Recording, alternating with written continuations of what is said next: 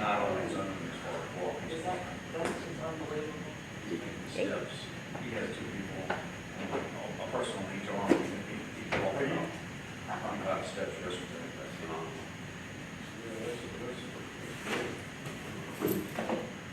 Hey, I got somebody who can call you.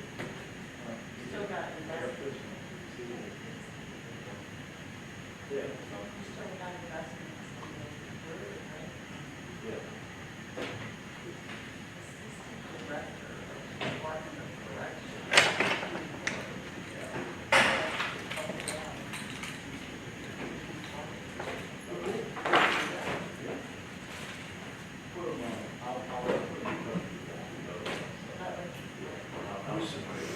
Oh, you don't, you just, But that's, That's solidified.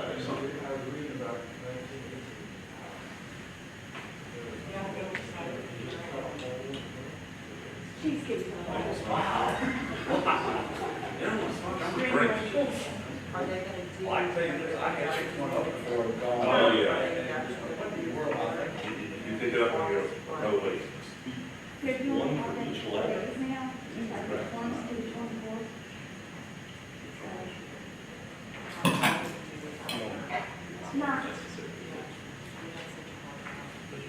It's like, I don't want to think that, but I feel like we do.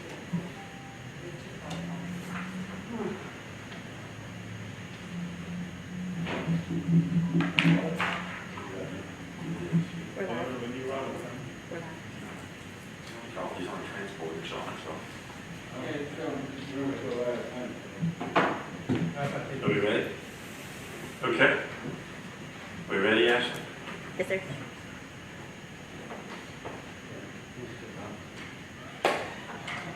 Steven's chair waiting.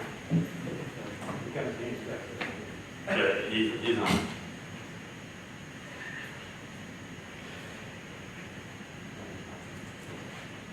Okay, I will call our June work session to order, and Madam Clerk, if you would kindly call the roll. Mr. Cole? July. Here. Sorry. Mr. Hunter? Mr. Benson? Here. Mr. Parrott? Here. Mr. Dwyer? Here. Mr. Reed? Here. And Mrs. Ames? Here.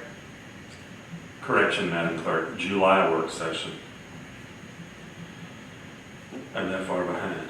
Okay, item 3 is to discuss the discussion of the Confederate Monument next steps. Mr. Davis, you want to lead that discussion?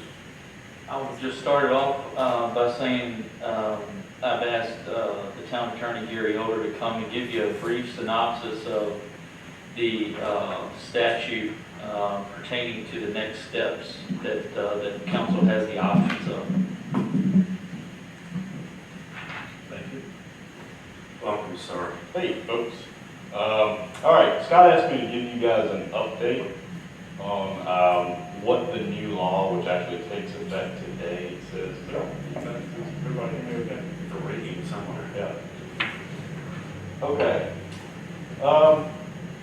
So Virginia Code Section 15.2, 1812 is a new section dealing with localities being able to govern their own monuments, and whether to keep them up, whether to remove them, relocate them, etc. And what I plan to do is just kind of give you guys a rundown of what the law says and what options you have. According to the new code section, there's essentially a batting order. And that batting order is, first, council needs to decide whether it wishes to either remove, relocate, contextualize, or cover the monument. So that's step one. You guys have to make a decision as to whether you want to do any of those things. If the answer to that is yes, then we have to publish an intent in a newspaper of general circulation. The notice has to specify the time and place of a public hearing in which interested persons may present their views. Public hearing must occur within 30 days of the date that the notice is published. Now, the code is silent as to how many times that notice must run, so presumably once would suffice. After the public hearing, council has to decide on the council has to vote on whether to remove, relocate, contextualize, or cover the monument, or to do nothing at all. If council elects to remove, relocate, contextualize, or cover the monument, there are a couple rules that are in the code that we'd have to follow. Number one, council has to, for at least 30 days, offer the monument or memorial for relocation and placement to any museum, historical society, government, or military battlefield. Then, if none of the above named entities take that monument within 30 days, council can then decide what it wants to do. So, alternatively, if that doesn't sound palatable, the town can petition the Circuit Court of Prince Edward County to hold an election wherein town residents will vote upon what to do with the monument. Now, that's what the code section says. Now, in my opinion, I think it's a poorly drafted piece of legislation and piece of law, and I'll tell you why. Number one, if council elects to hold a referendum, what the code says is that it has to do so prior to holding a public hearing. What it doesn't say is, and I don't know the answer to this, does this mean that even if there's a public referendum, council still has to go through with the public hearing? Even if the citizens of the town vote? I don't know the answer to that because the code doesn't make it clear. My advice would be that if council does wish to petition the circuit court and put it to a referendum, we should ask for judicial clarification on that issue and get a sitting judge to give us an opinion of what the law is. Another issue with the code that I found strange and somewhat difficult is that it appears that if the council wanted to relocate the monument, it first has to offer it to a museum, historical society, etc. for 30 days, which seems strange. And if you want to move something a couple blocks over, it doesn't make sense that you should have to offer to give it away. But in my reading of the code section, that's the way I read it. So, again, I suspect that we're not the only locality in Virginia that's going to be grappling with this issue pretty quickly. And I suspect, quite frankly, that judges are going to have to come in and clarify some of those gaps in the code. Those were the two big ones that jumped out at me. So, those are your options. In the referendum is only advisory though, it's not a binding referendum, the way it's written, right? Well, the code doesn't say. It doesn't say that it's binding. Presumably, it would be advisory because it says that you have to have the referendum the way it reads before you hold a public hearing. Which again, that it doesn't make a lot of sense to me, but the code says nothing about it being binding. And the code is silent on a couple of those questions that I have. What Questions?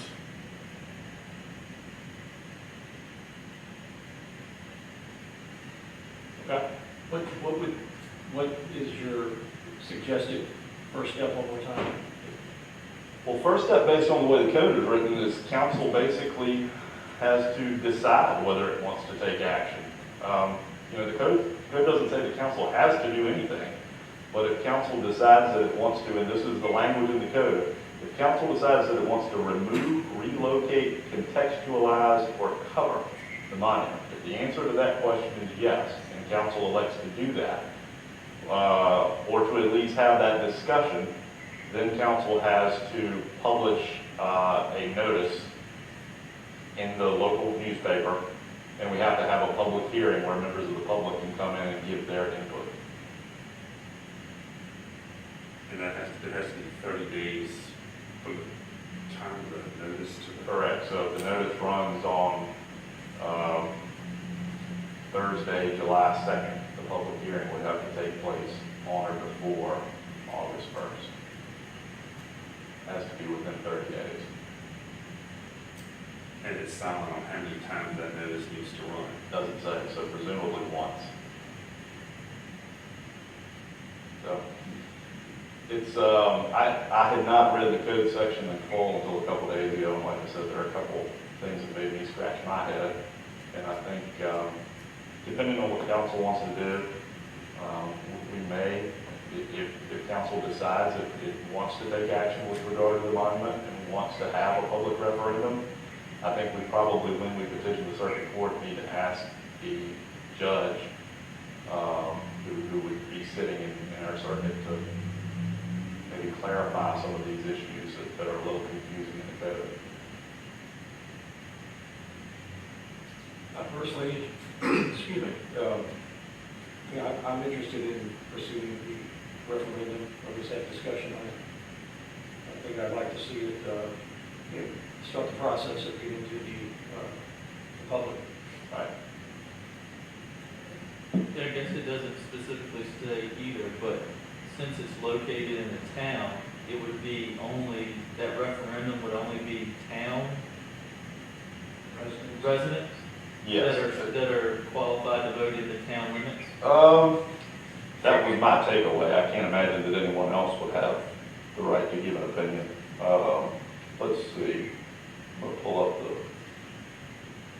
code and actually look at it. What the code says is that a locality may, prior to initiating the provisions of subsection B, which are the subsections about whether to have a public hearing, the locality may petition the judge of a circuit court having jurisdiction over the locality for an advisory referendum to be held on the question of the proposal to remove, relocate, contextualize, or cover any monument. Circuit court shall order an election to be held thereon at a time that is in conformity with the Virginia Code. Ballots prepared, distributed, and voted, and the results of the election shall be ascertained and certified. To me, this is a town of Farmville issue. It's solely a town of Farmville election.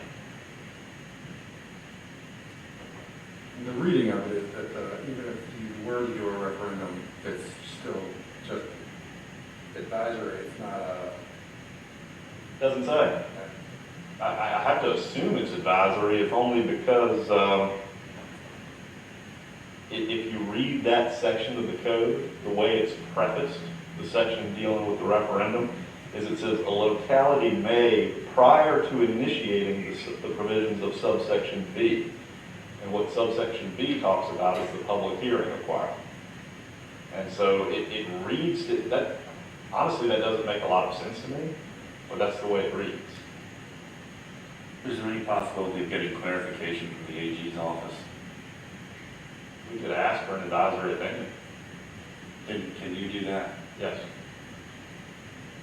I didn't mean it like I said. I know only certain people are allowed to ask the AG for an advisory opinion, and you as a town attorney can do that. Yes. Any attorney representing any municipality or locality or county can ask for an advisory opinion. Are you comfortable with him asking the AG's office for an advisory opinion? And we would have to spell the specifics of what we're seeking an opinion on, right? Correct. The two issues that came to mind for me, well, I guess you've raised another one now. There are three issues then. Issue number one is if you hold a public referendum, do you still have to go through with the public hearing process? That would be my first question. Another question, and I think they're related, is the referendum advisory or binding? And the third question I have is, and I don't know what council's wishes may be, but it just struck me that if you wish to relocate the monument, the way the code section reads, is you first have to offer it to another organization to be given away, which again, Doesn't make sense. it doesn't make sense, but that's what the code says. So can you ask for clarification on those? And I'm guessing that they'll be getting lots of questions. I suspect we'll be one of them Yes. who are asking those questions. So if council's okay with him proceeding with asking the AG's office for clarification. Sure, and I'll tell you, I do not know what the turnaround time on that is. So I'll see if I can get some indication from the AG's office on when we might expect a response. Okay. Okay, I think that's a clear next step. All right. Thank you. Thanks. Next item is discussion of COVID-19 Governor's Phase 3. I assume you're talking about Phase 3 reopening. Yes, sir. Phase 3 starts today. Obviously, we're not open to the public yet, so I want to have that discussion with you all. I would like to wait till Monday so that we can get some things in place. before we open the doors. And then I would like to only do limited opening, not to where everyone has access throughout the building as we have in the past. We have, and I've got to talk with staff a little bit more about this in the next few days, is we have the ability to, obviously, when this building was built in the treasurer's office, the finance office, of already having the glass windows and the partitions that are there. We've done really well with taking the other applications that we have for another area that doesn't have partitions, such as building permits and those types of things, online. So if we're going to open the building, you're going to have some of those that want to come in and do it and hand it in like they used to, probably still. But I would say that we funnel all of those through the treasurer's office. And when someone has something for the building official's office or anything like that, then that person can come into the treasurer's office. There's a window that's not usually used, more of a handicap window. It's lower, and we can still have that safety precaution between those. We would require masks of everybody that enters the building, and we would continue to sanitize. I would like to, we've hired a company when it was several months ago, to deep clean 3 days a week. I'd like to get a number for potentially every day, weekday, I should say, to do that, in addition to our traditional cleaning. And if we do that, currently, with the CARES Act money, which hasn't been decided by the county, there is the opportunity for reimbursement for that. So it's not something that we 100% be out of pocket for. But I also think even if we were, if we're going to begin opening, then we need to at least try to have all the precautionary measures in place. The other question I have for you all is, it also allows social gatherings. We have not been renting facilities. Is it the pleasure of you all to, and I'm asking for a suggestion, I guess obviously I could open them up, but I'm asking for your input, obviously, about opening facilities as rentals. We've had people that still want to do it. It would have to be a certain % of the capacity and definitively no more than 250. But if we don't have a facility that takes 250, they've still got to meet social distancing requirements, and we can require masks and those types of things. It'll just be a different cleaning method than we traditionally have done before that. I posed that question. I'm not looking for an answer today. We can hold off and you can think about it, your opinions if you want. But that's one area that I didn't know if we wanted to get back into yet.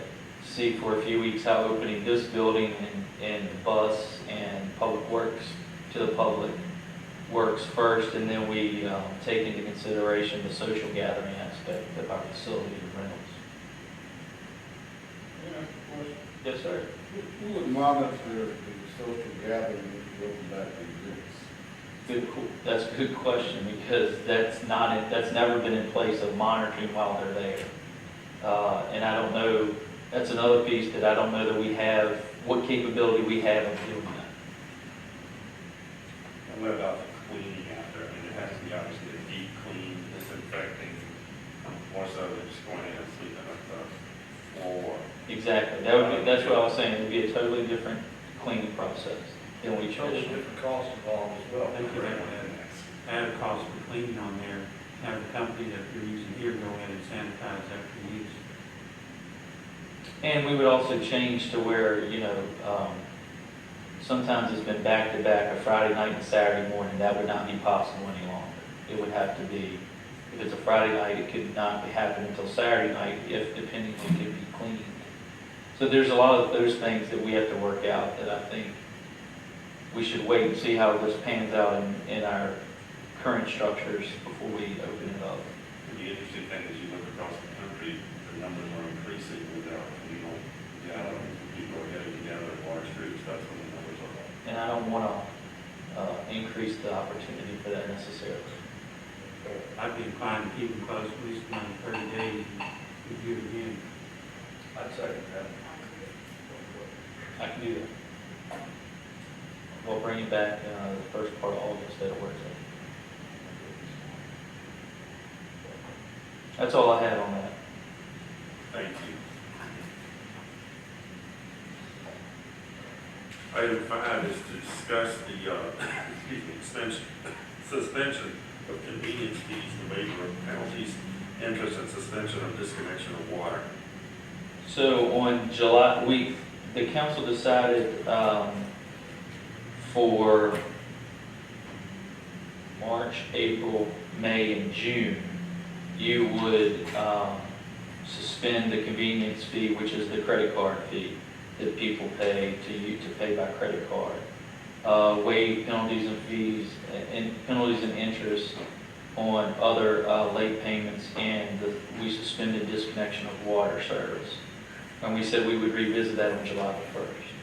So I'm bringing it back to council to see what is your pleasure moving forward. I do have the convenience fees, yeah, I mean, that's a cost, but it's, I think for the whole year, it's less than $5,000 traditionally, correct, that we would collect.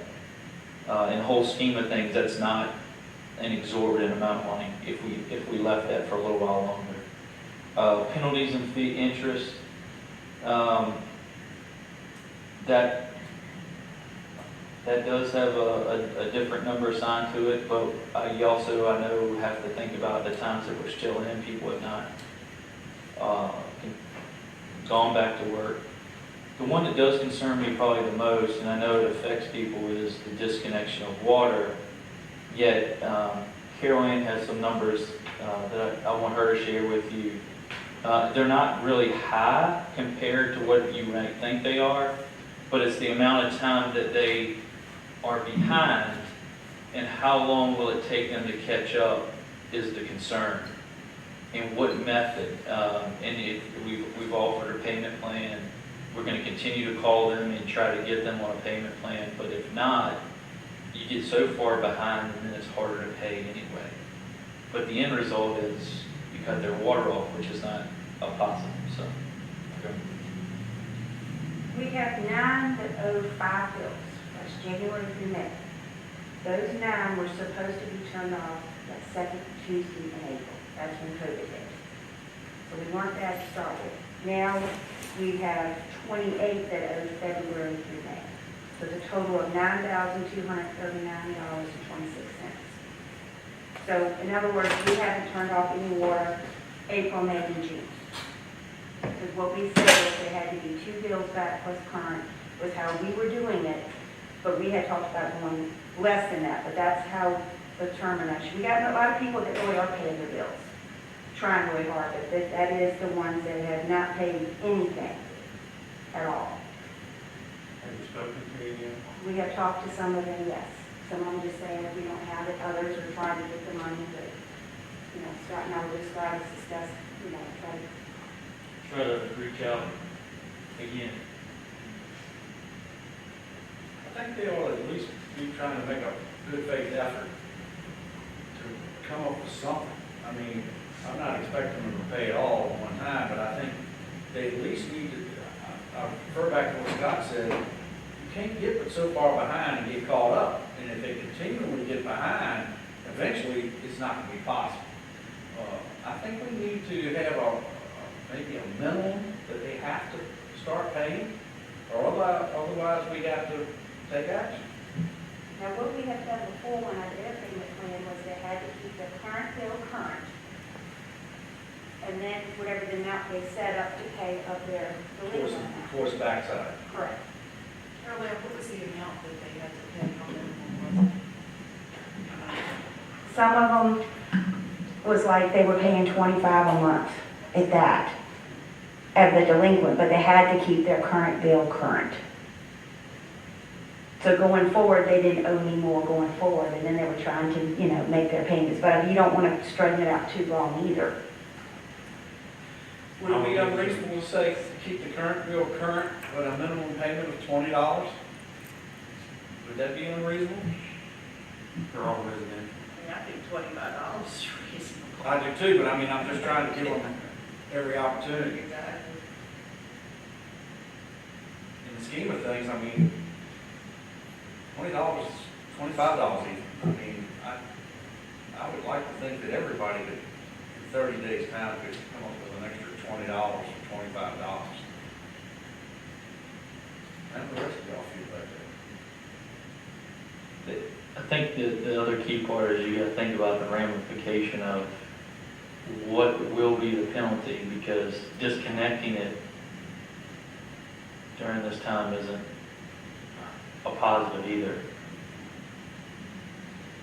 And I'm not trying to backtrack. No, I know. So no win situation. There's gotta be, I mean, we can look at all other alternatives of getting the money and, Were all of these good payers before this happened, or are some of these consistent? I would say it's about half.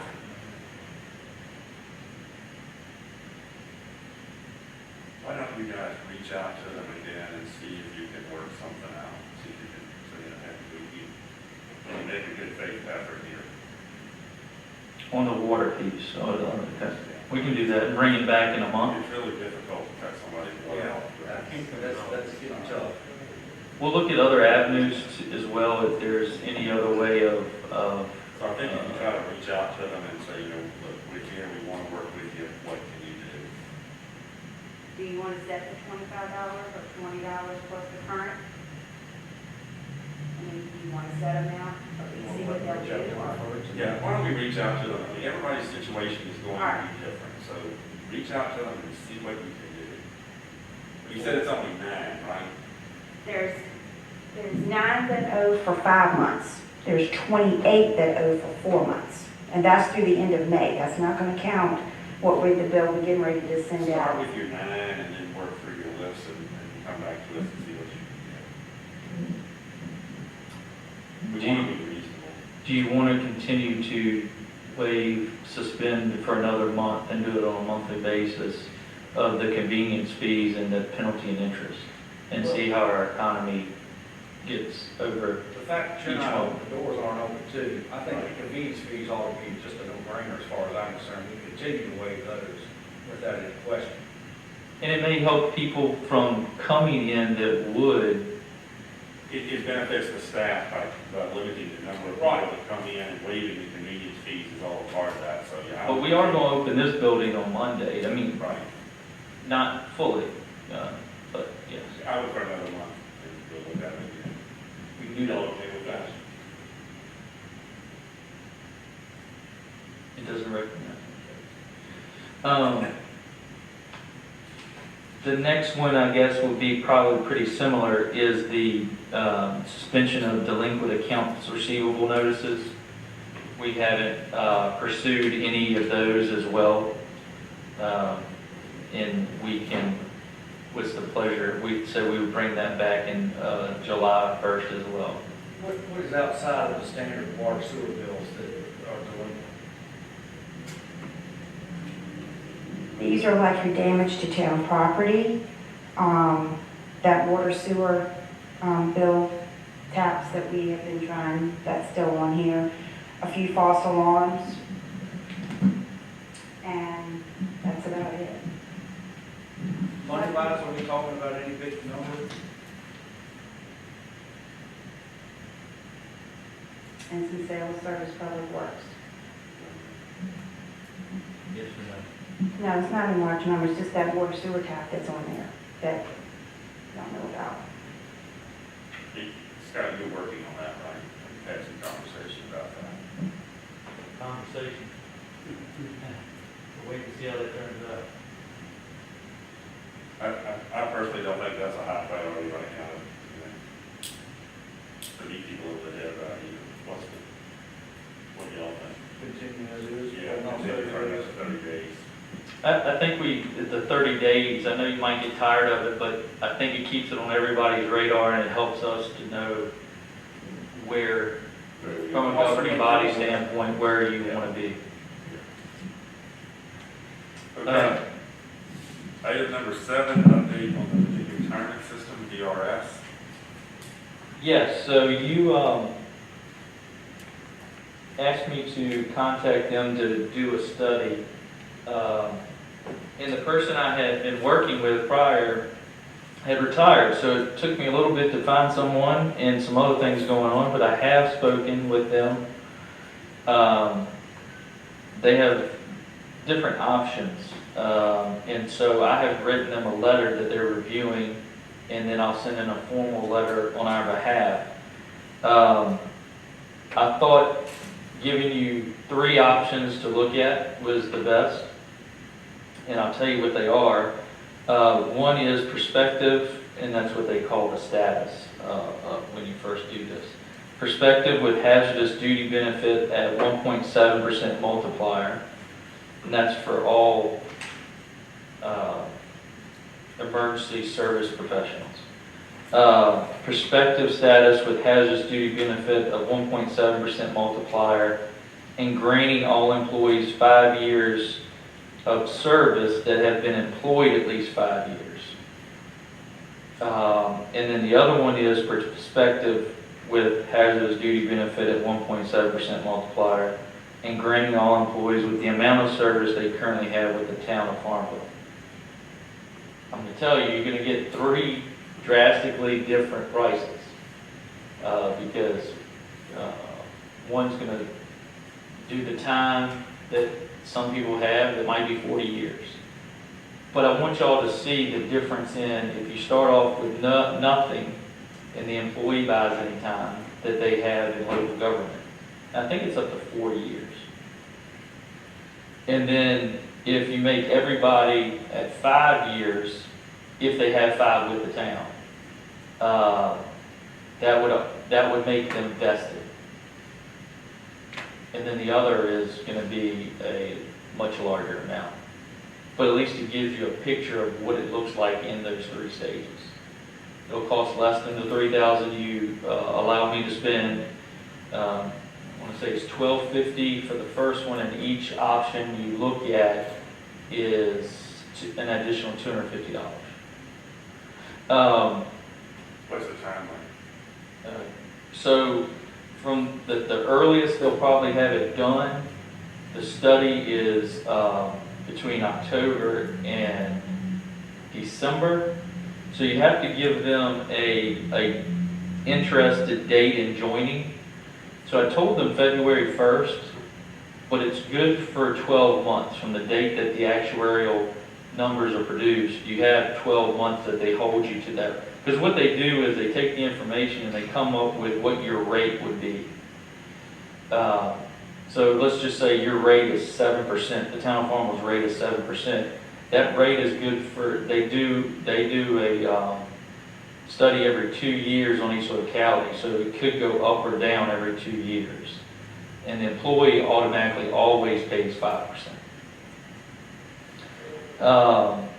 But I also told them it could be as late as the beginning of next budget year, which is July 1st, because we've already done this budget, which is fine, because the study's good in those rates for that 1 year, if you even decide to do anything. But it gives us some figures to look at and what that might be. And when I get more, and obviously when I get the information back, I'll give you that. But that's where we are with that piece. Any questions? And I'll give you one other thing that is about that. I asked, we have some people that are already retired from VRS that work here. And when you become a new member, and I didn't realize this, I know some things about VRS, but I did not realize this in my conversation with them. Because you're coming in, those people have the option of continuing to be full-time and opt. They're the only ones that can opt not to be in our VRS plan and continue as a full-time employee because we're a prospective member. Or they have the option of going back on, which no one is going to do that if they've already drawn their pension and working. So that's a positive. We don't have to worry about those that already retired and then what do we do because they're great employees, but they couldn't work full-time? They can, under this situation. But it's only those that are currently here. Let's say we get into it and somebody else comes, that's out of the question. It's only when you first begin in the system. And it would be effective when we adopted it, if we were so inclined, right? In other words, if somebody applied to come to work here, say, January, they would not have to give it up unless we adopted. They wouldn't have to, if we adopted, say, July 1, they would still be exempt, am I correct? The way I understand it, yeah. Scott, is the Leo piece part of it? That's the hazardous duty benefit multiplier. That would be in there, right? Yes. So let's say, that multiplier for a certain number of employees is going to be a higher percentage that the town pays than it does for a traditional employee. And I think that's the fourth piece of the equation.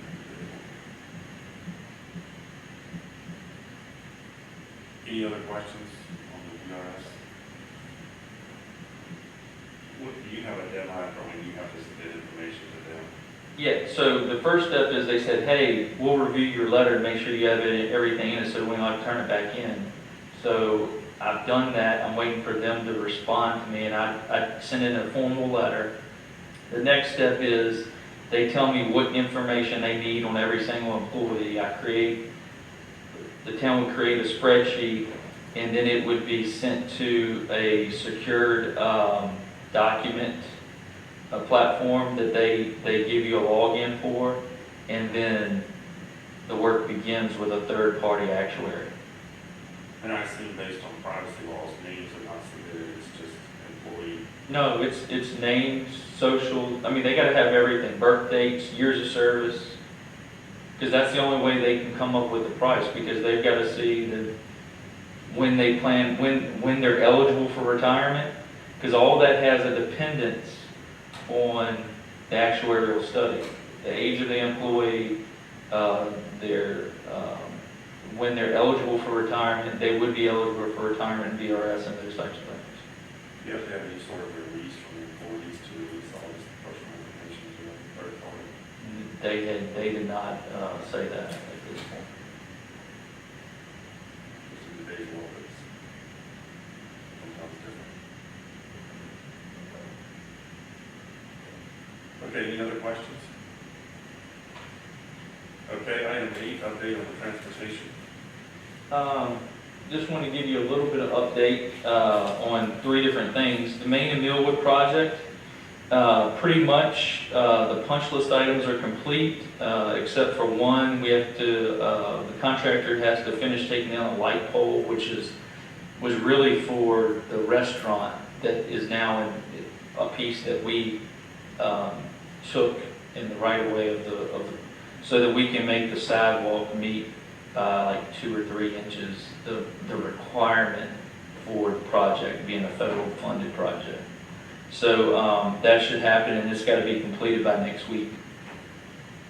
We have heard back from our preliminary application on 2 projects. The Green Tea project, which is at Griffin and Maine, that has been conditionally accepted. And what that means is that they need a little bit more information in the full application, which is due in a few months. And that is our readiness, our planning assessment, our safety assessment, and a projected sketch, which it's my understanding from Representative VDOT that they'll be helping us and providing that to us when we do that. The other one is the proposed roundabout project. That was accepted without condition. And so there's no other requirements for that except continuing with the full application. Both of these will need a resolution by the governing body with the application process in order for it to be considered in the application process. So not to add any more topics to your list of consideration, but we would need to have a public hearing in August on both of these projects. Now, let me say this. Let me take that back. You have no requirement to have a public hearing. But I think it's very beneficial for you to have a public hearing before you adopt a resolution that you want to move forward with these projects. I think it's good business for you all as a council to do that.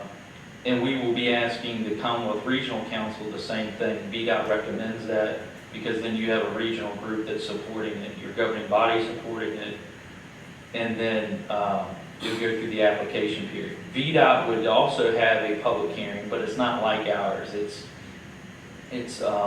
comes at another point later on where it's more like a question and answer session. If you remember, when we had those two for the comp plan and stuff where we said they give a little short presentation, they have different graphics that people can ask questions about the project. That's their type of public hearing. And they would have it usually here. How that'll work in our COVID world when that comes around, not real sure. But that is something that they have traditionally done. I'm going to try to get someone here for the August public hearings, if you so choose to do that for these projects.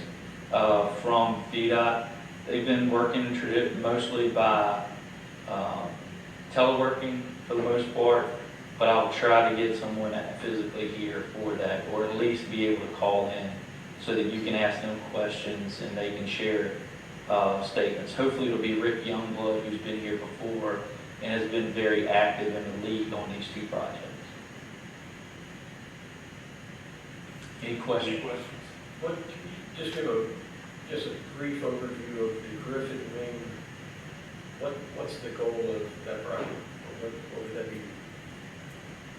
Helping with the flow of traffic and the ability of where you can turn out into that traffic. It'll create a median on Main Street in a portion of it to where you can't turn left at a McDonald's, if I remember the drawing correctly. Actually, help. Burger King. I'm sorry, Burger King. What did I say? McDonald's. Burger King. That is accurate, correct? It will I do. believe so. And then, in other words, where you have some blind spots in that area, it will help with the safety of that corridor. I have to show you. I'm a visual person instead of and there's more to. That's just one step. It was part of a STARS study. And it's from that intersection south down 15 to the town limits of other alternatives that they had for that roadway of how to make it safer. It'd be interesting as far as along where Southgate Shopping Center is, along there, as far as the possibilities of possibly changing some of that. We've got some issues out there as far as, we've got some signage, no left turns, but they just don't seem to be followed very closely. And crossing over 2 lanes of traffic is sometimes difficult out in that area. Right at the end of the river in Maine. No, I'm talking on south, as far as past the cemetery on the right-hand side there, that shopping center. There's a lot of traffic right through there, you know, where Cookout is, and Advance Auto, you got AutoZone on the other side. That's a little tricky right through there as far as coming and going out of those parking lots. Two stoplights all close together too. Yeah. A lot of people think out it's awkward. Okay, Stacy, anything else? Those are the main transportation updates. There's one other thing that I want to brag on our staff about, and that is our water treatment plant. We got notice this week that the Department of Health has awarded the town of Farmville on our water treatment, and we received the gold award for 2019. This is only the third time the town's ever received that. The last 2 times were in 2010 and 14. And in talking to Kathy recently, I think it was in budget discussions, some of the costs went up. There's a new process that we're using and looking at with the alum and things like that taking place and how we treat it.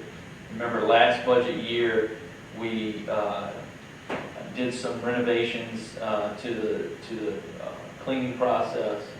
And so on behalf of them and myself, I want to say, a lot of this goes towards your commitment when we come asking to upgrade the plant and how we're treating the water.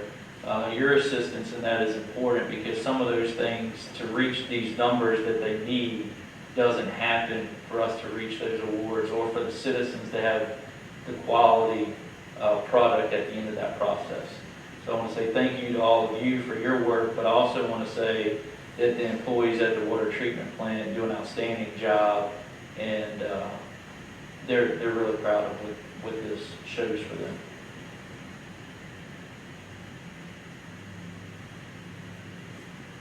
Anything else?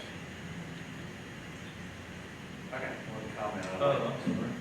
I do have one other thing. We talked about yesterday, it wasn't on here. Thank you, Caroline.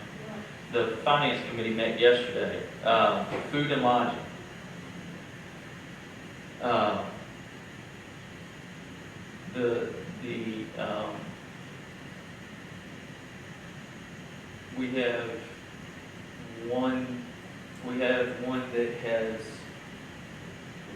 We have four that are behind, but we're not charging penalties and fees. If you remember on top of those, but there's one that was behind from February before any of this was enacted.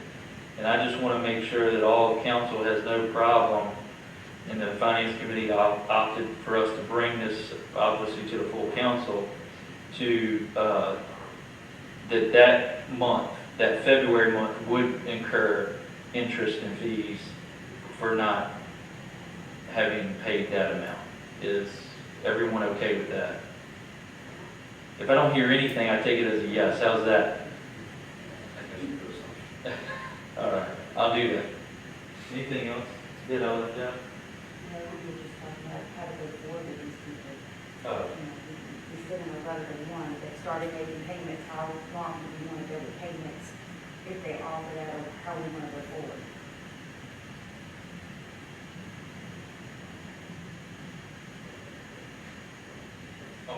Are we obviously talking about fairly good sized amounts? We only know of one, how much they owe. The other three have not even remitted their forms to me. Oh, There was a recommendation coming out of finance, wasn't it, for dealing with the one? Yes, Davis? yes. The one, we are going to set a limit for them to pay and keep current. That's not paid February. The other ones, we have to get them to remit first. question would be, are they tardy on their remittance as far as even telling us what they owe? Is that what's going on? On the three, yes. The one that's two delinquent February and March, they are making current for the last two billings, last two food tax. They're paying current and they send in an extra payment to start trying to pay for the other. But the other three, I haven't got anything. That person After is the on a shower, we red got flag. no answer. It's not for lack of trying. The one that's behind in February is the goal is for them to be totally paid up in 6 months by December. So they have to keep current and enough payment to be in by December. Right. The other three, I think some of them were even closed, Possibly. potentially, some of those months, March, April, May, whatever. And so they haven't even remitted. They might not have anything to remit, but they've got to still remit zero. I was just going to say, it's a little concerning if they're not turning in their reports. To me, that runs up a red flag in itself. I think we need to at least reach out to them and say, hey, what's going on, and see if we can find out. I think we need to kind of keep an eye on that. I don't think we should let them get so far behind. And that's what you're doing? Yeah. Anything else? So we can extend it. I was going to say, I have one odd thing. I discussed it briefly earlier. We've got our parking meters covered for free parking. If you happen to walk down Main Street today and walk back down it tomorrow, you will find that there are habitual offenders now starting to take advantage of that. Unfortunately, it seems like everybody wants to try to take advantage of your kindness, but I think we need to be aware that I've noticed quite an uptick of it in the last month, and I'm not so sure that we need to continue to cover these bags or either at least address those who are consistently parking there all day, every day. I don't know any other method, I mean, of Either take the bags off or leave them on. right. I just thought I'd make a comment. I mean, I'm just one voice. When is the plan to take the bags off? It's up to you all. We did it as a good faith. Anything that has to do with money like that we would say out of the norm, we come to you all to say, do you want to do it or not? A change in that. The other is, we talked about interest and fees, penalties and fees, but we're going to continue to waive them again another month, even on meals tax, right, for the month of July. And we'll revisit that in August. Okay.